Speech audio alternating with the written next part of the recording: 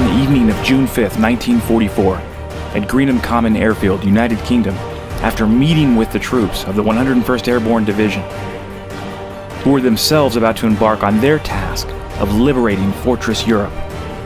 Eisenhower wrote one of the most famous undelivered notes in history.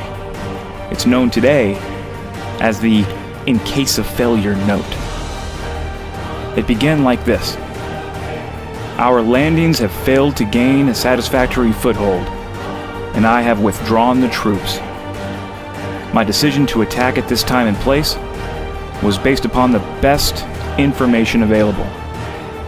If any blame or fault attaches to the attempt, it is mine alone." Fortunately, this note was never delivered.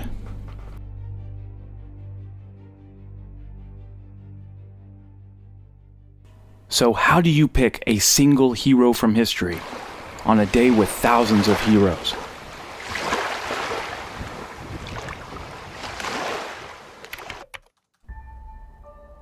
When I was stationed at Fort Campbell, Kentucky with the 101st Airborne Division, we heard these stories of a super soldier named Jumpin' Joe Beyrle from World War II.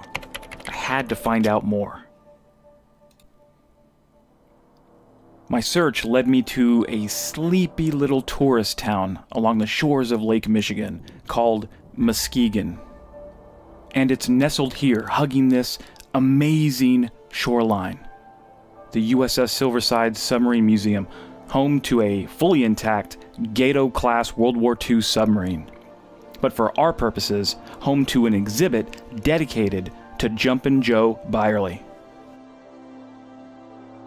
And let me tell you, the sub is amazing.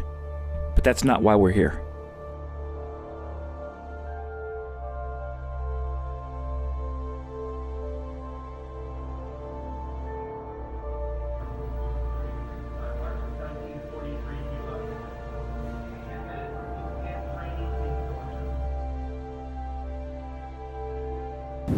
Joseph Beyrle was born in this town, Muskegon, and graduated high school in 1942.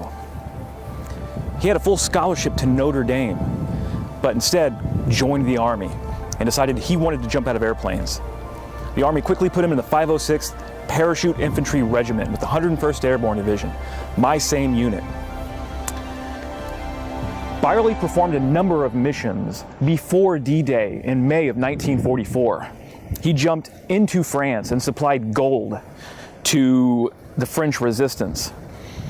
And each time he made his way back to Allied lines. What's amazing is that he jumped in on D-Day with the rest of the 101st Airborne Division. And when his C-47 was shot down, he was very quickly captured. This is his German POW mugshot. Now that is the face of a man that really doesn't like Nazis. When Beyrle was captured, he quickly escaped from a German POW camp, and he was recaptured. Then he quickly escaped again, and he was recaptured again. The third time he escaped, he made his way east to Soviet lines, where he convinced a Soviet tank commander to allow him to join against the fight against the Nazis as they moved west towards Berlin. This makes Joe Beyrle the only individual to ever fight for both the US and the Soviets in World War II. Now, Jumpin' Joe Beyrle wasn't a hero because of any kind of selfless service. He wasn't a hero because he jumped on a grenade for his comrades. Joe Beyrle was a hero because he was relentless in his passion to do whatever it takes to resist the Nazis. That makes Joe Beyrle a hero. Joe Beyrle returned home to Muskegon, Michigan on April 21st, 1945, and celebrated Victory in Europe Day 2 weeks later in Chicago. He was married to Joanne Hollowell in 1946, coincidentally in the same church and by the same priest who held his funeral mass 2 years earlier when they thought that he was killed in action. His unique service earned him medals from U.S. President Bill Clinton and President Boris Yeltsin of Russia at a ceremony in the Rose Garden of the White House marking the 50th anniversary of D-Day in 1994. Thank you, Mr. Beyrle. Thank you. Beyrle died in his sleep of heart failure on December 12, 2004, during a visit to Toccoa, Georgia, where he had trained with paratroopers in 1942. He was 81 years old, and he's buried with honors in Section 1 of Arlington National Cemetery.